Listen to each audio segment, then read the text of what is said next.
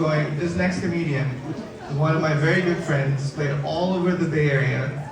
He does nothing to change the Midwestern stereotype of them being polite and kind and really hardworking people. Like I said, he's played Rooster T. Feathers. He's actually going to be on a show with all of us next Wednesday. So check it out, Rooster T. Feathers, Sunnyvale, Wednesday at 8 p.m. Mark your calendars right now. But just a lovely person, really funny comic. You can hear his laugh from the moon. That's how loud he laughs. Give it up for Randy Von Pelt, everyone. Thank you so much, Richard. Fantastic intro. Wait, before I get started, I just... We got it. Hope you guys are doing great. The food looks fantastic. I'm getting really hungry. Yeah, good stuff? All right, good. So I am one of those people who, as mentioned earlier, I like to read the paper, the actual paper. Although I read the business, the sports, and the obituaries. That's it. So I was reading the obituaries last week, and I saw Loretta Swit passed away last week. Loretta Swit, your fans, MASH. So MASH. If you don't know, MASH was like they're set in a tent, hospital tents in the Korean War, and think of like Scrubs with shrapnel. Thank you. We got one there. Scrubs fan. Anyway, Loretta Swit played Hot Lips Houlihan. Hot Lips. Fantastic. I guess now they just call her Blue Lips Houlihan. Oh, jeez. She's a comedian. I think she would appreciate that, right? Come on. Yeah, she played Hot Lips. And I thought MASH was really creative because back at that time it allowed you to have really interesting discussions. Right? So you could talk about, simultaneously talk about geopolitics and boobs. I know, that sounds creepy, right? Coming from a guy like me, I'm not 26, in case you hadn't noticed. But back then I was 14.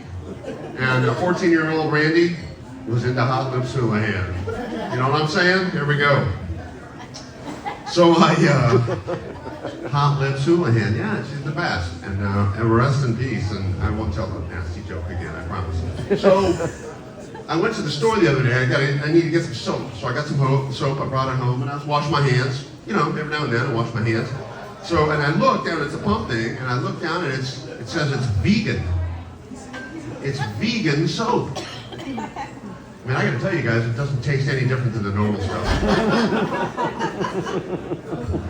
It took me back to the days when I was a kid. I was running around the house, and I was kind of a rugrat little kid, and I'm running around swearing, the F-bomb, the S-word, all these words. So my mother, I'm from Minnesota, this is how they did it. My mother, she'd wash my mouth out with soap, right? Because I swore. That's what they did back then. And I've had some questions about it since I've been tasting the soap, and she assures me it only tasted like asbestos. It only tasted like asbestos. I think they still do that, right? When they're young kids, swear, you wash your mouth out with soap. But today, there's so many dietary restrictions, right? That's why you have vegan soap, right? Vegan soap, probably a gluten-free brand out there, some probiotic, There's no reason to separate discipline and good gut health. Good gut health. I always used to mess up around, I wasn't the greatest kid. And so my mother's in the 70s, Minnesota. She used to chase me around the kitchen with a wooden spoon. Right? Give me a little whack every now and then, which is fine. And I think they probably do that today too, right? They probably, something like that. Although today it's a mother chasing her son around with the sous vide. The sous vide.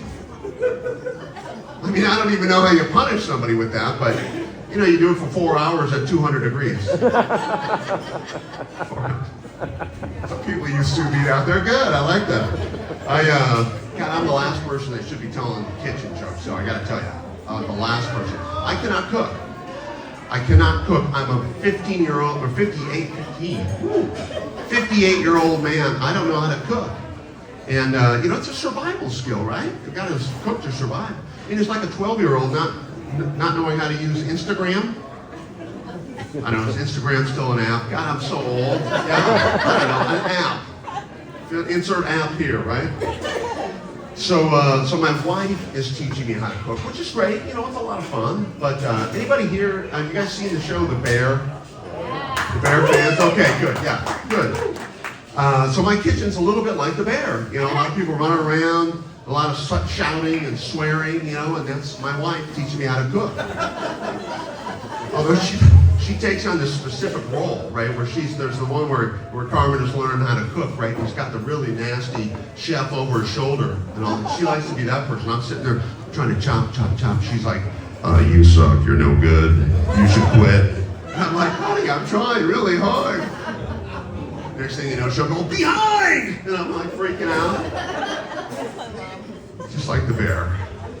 You know, I think it's really cool in that show when they cook, you know, all the chefs, they probably do it here a little bit. That's good food, right? They have the little tweezers.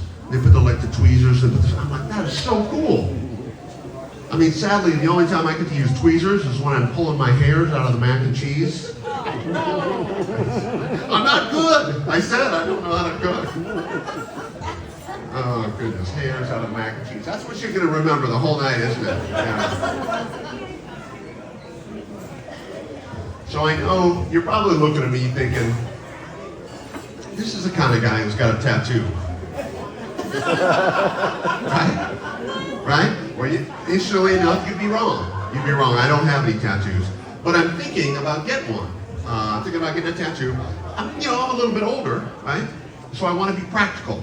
So I want to be kind of cool and hip and practical at the same time. So I'm thinking, got a couple ideas. One idea is I'm going to get a tramp stamp. A tramp stamp, right? That's pretty hip and cool. My tramp stamp is going to say, colonoscopy starts here. You never know, you get that first year resident running around with that big old tube, you don't want them to stick in the wrong place. Very practical. The other one, my next idea is chest. I'm going to go chest tattoo, right? And it's going to be a big arrow and it'll say, press here for CPR. Press here. Just, you never know. It's going to have a little QR code. Right, you scan it, you get a little video on how to do CPR. Please like and subscribe. You can use Natish's Manscaped code on there too, yeah. You guys all take CPR class, anybody? CPR, yeah, thank you. Yeah, some people, it's good to know. You should have, and I took the class a while back, and it's like, you have this thing where they give you the song. They give you a little song about how to remember the beat, staying alive, right? So that's a good one. But staying alive too. It kind of motivates you a little bit. But the other one is like, it says like, don't, another one bites dust, right? And they give me that song, and I'm thinking, that's really odd, because that's normally the song they play after I do the CPR. Yeah, that's horrible CPR jokes. Goodness gracious.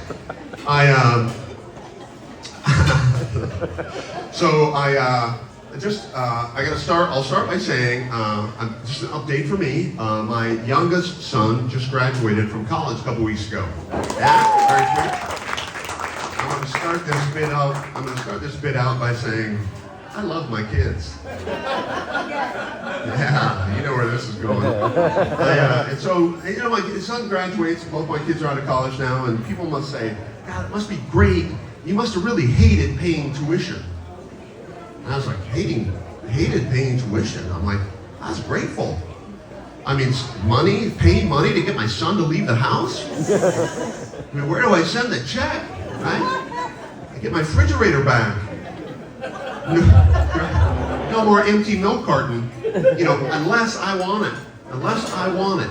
I like to put them in my extra bathroom bag. You never know when you're going to need an extra bathroom. But, I'm not sure why I paid all this tuition, because my kids can't even spell. They spell dad ATM. That's a stupid joke. I stole that joke, by the way. But I think it's funny because it's real. And then the other thing that I get, we have parents, people my age, right? And they'll be like, when your kids leave the house, don't you feel so sad that they're gone and they're sad? And I'm like, I gotta tell you, man, when that kid turns a corner, can't see us anymore, my wife and I are like, woo! We're dancing. We get the marriage, with the marriage band and a taco truck at the party, and it's just the two of us. We're loving it. And we start playing the music, right? We start playing the music, and it's 80s music because we're, 80s people. And music turns up, so da-na-na-na-na. Another one binds the dust. All right, that's all I have for tonight. You guys have been a great crowd. Thank you so much for coming out. Really appreciate seeing all you guys here. Let's hear it for Nitish. Didn't I tell you he was great? Randy's great. We all love Randy. But that was funny what you said about Instagram, Randy. I thought you were cool. You were up with